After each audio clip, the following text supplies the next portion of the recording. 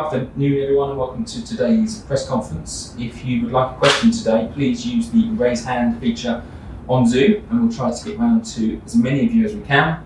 When you're promoted to a panellist, please then unmute yourself, and away you'll go. We'll start with the broadcast section, and then we'll move on to the newspapers. We're going to begin today's press conference with Sky Sports News and Gary Cosgrove. Gary. Hello there. Hope you can see me all right. Yeah, see you. Hello, Thomas. Hope you managed to get a bit of time off over the international break. Yeah, a little bit. It's the time for the managers and the guys who are here to have a little bit time off. And today was the first day where everybody was back, so we feel excited that it continues and the league continues. So good day to ask you what you found out regarding any injury updates with your returning players. Yeah, unfortunately we have two players are out, N'Golo Kante and Christian Pulisic. They came back both injured. Well, N'Golo got injured in the Liverpool game and still suffers a little bit. We're trying maybe to answer already the next question from you. We try with N'Golo for Tuesday. This looks pretty good, and for Christian, unfortunately, he came yesterday on crutches, and yeah, we have a ankle injury with about 10 days. And Romelu was suggesting that he might have suffered some kind of thigh problem with Belgium. No, not at all. I don't know, maybe he had some problems, but he came back yesterday. He trained yesterday. He came back 2 days ago. Yesterday he trained with us. Today he trained full, no problems at all. Has football gone mad with this situation with Thiago? Not only with Thiago, but with the situation, yeah.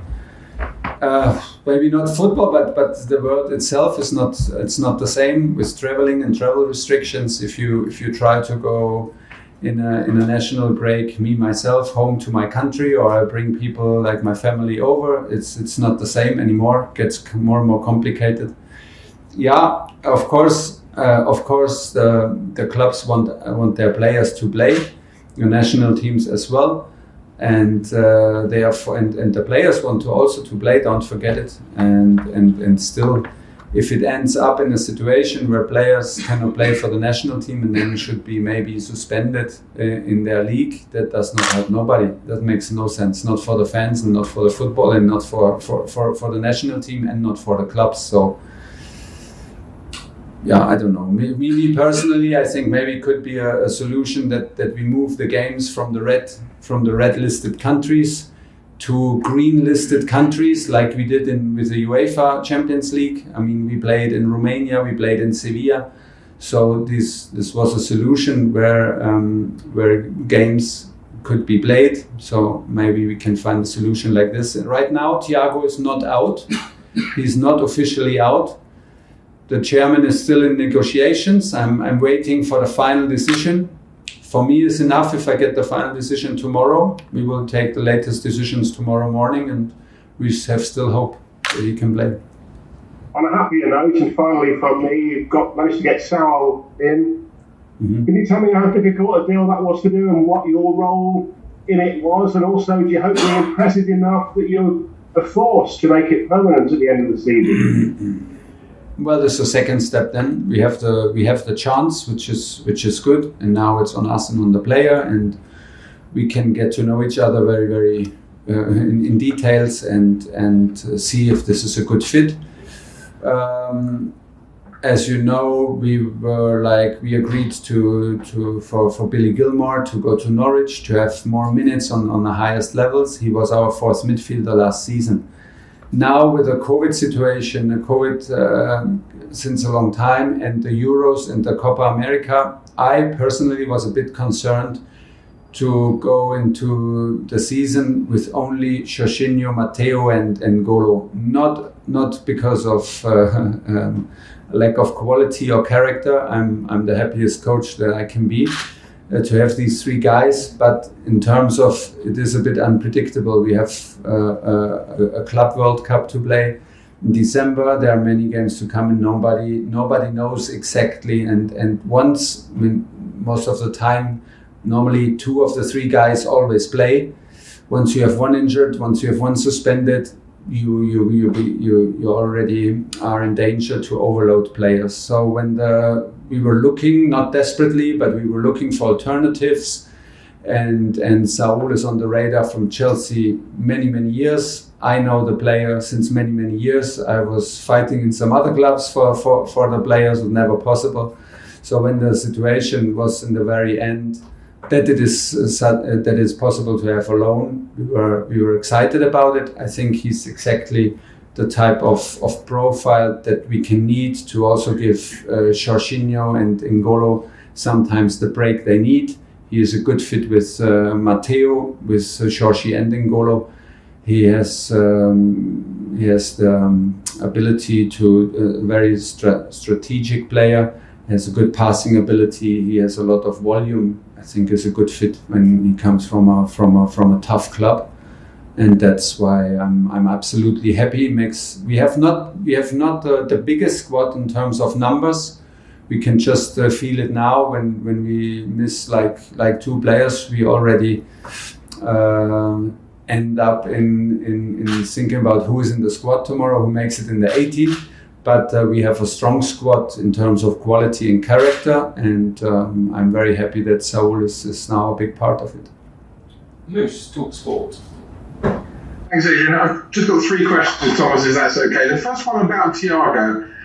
If he hadn't gone like he hadn't, then there's a chance that FIFA could rule him out of the game. And you say your chairman is still talking about it, but if he had gone, you'd have to quarantine until he missed the game. So you were in a no-win situation, really, regardless, which I don't understand how the governing body of world football could put a football club like Chelsea in that position over a key player. Yeah, I don't understand it, and it makes no sense from which sides you look at it, because now, did it make sense for the Brazilian national team? No, they didn't have the player. Does it make sense for us? No, because now we are in danger that he maybe cannot play the next 2 matches because of a ban. If we would have sent him, he would be out for 10 days in a hotel room, not able to train, which I can understand, and because it's in the moment these are the travel restrictions, so there is nothing to deal about it and to go around it, and nobody wants that.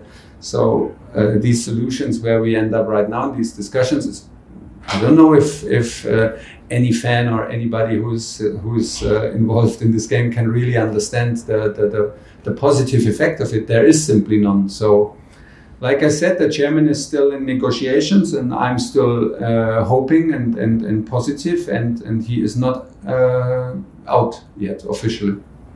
So off the back of that, where do you stand on having a World Cup every 2 years, where you've got to release your players even more to go and play international football?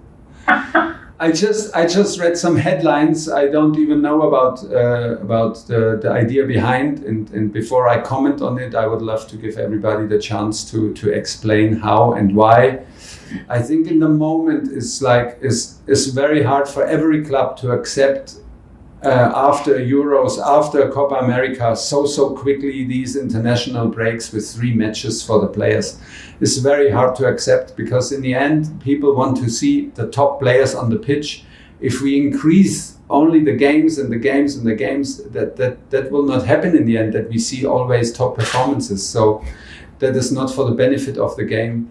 I'm worried more about the actual situation than about maybe a revolution in terms of a World Cup every 2 years. If the idea is well thought through and they can and let's maybe they did already present and I didn't hear it, but I have not yet made my mind up about this. Finally, before he got into Chelsea first team, Mason Mount went on loan, had a year in Holland with Vitesse Arnhem, and quite a lot of young English players. Jude Bellingham is currently on loan in Germany. Yeah. We've seen other players like Jadon Sancho obviously go to Borussia Dortmund.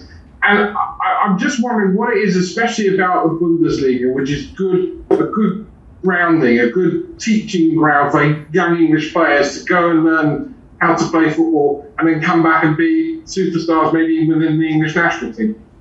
But Vitesse is not Bundesliga. No, the other two. Yeah, but Forget a lot of young players go to Bundesliga, and why is a good question. I mean, they see their chances. The league is very well structured, is very organized. They are brave enough to let the young players play. Maybe the competition in around the club is not on throughout the whole league is not on that highest level like it is in Premier League.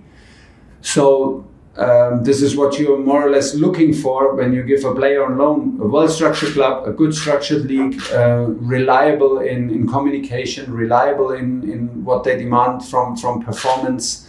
It's a high-intensity football, so once you give your English players there, you can be sure that they play a physical game and not only a technical game.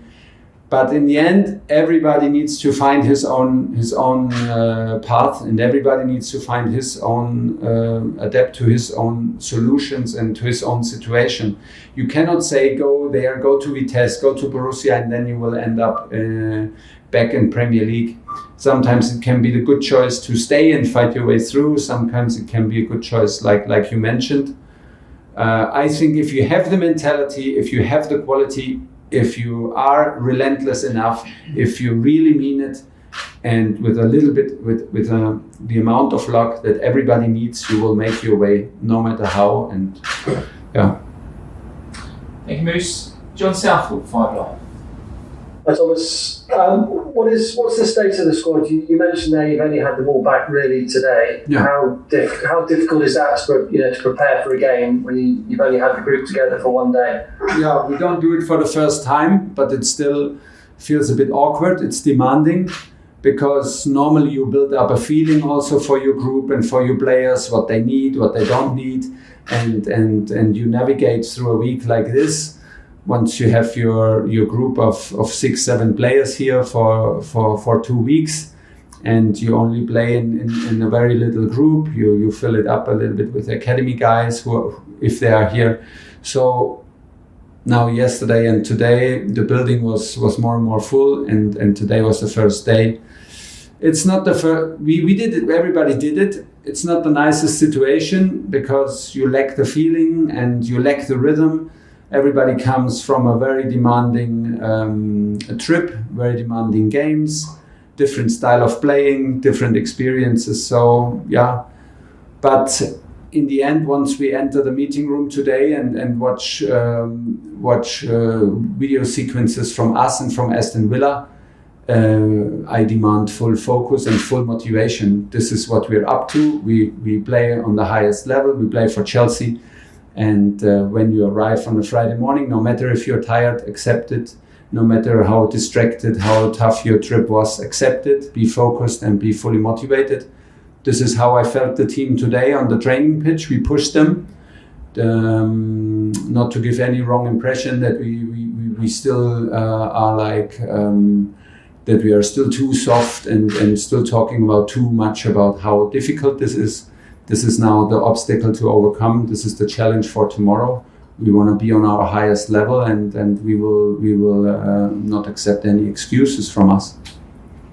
And then you've got the group together, for another 3 or 4 weeks, and then they go off again on another international break. How difficult is that? You touched on it a moment ago. Does something need to be done about the? I think it's too many games. It's too many games. It does not help the quality of the games. I will always push and be a big support. I love watching football. I can watch football. I love also the quality of the games, and I love the players fresh and sharp. I love to watch games when they are sharp and fresh and not just played, because it has to be played.